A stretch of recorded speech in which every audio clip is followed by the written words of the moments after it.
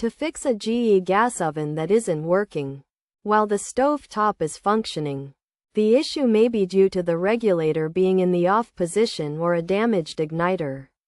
The first step is to check the regulator, which may have been flipped to the off position during installation.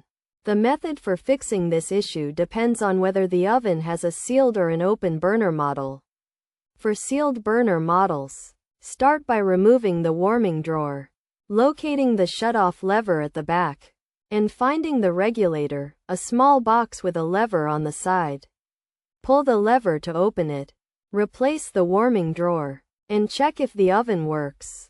For open burner models, remove the burner's grates, lift the cooktop, and look under the rear burner box to the right to find the top of the pressure regulator. Use your finger to locate and pull the lever.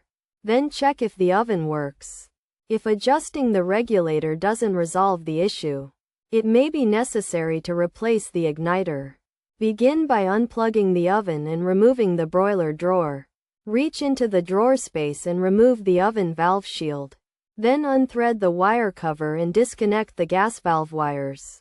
Next, disconnect the igniter's wire connector. Unthread the screws holding the igniter to the burner, and remove the old igniter. Secure the new igniter to the burner. Connect its wire connector, and reinstall the wire cover and valve shield. Finally, slide in the broiler drawer and plug in the oven to complete the repair.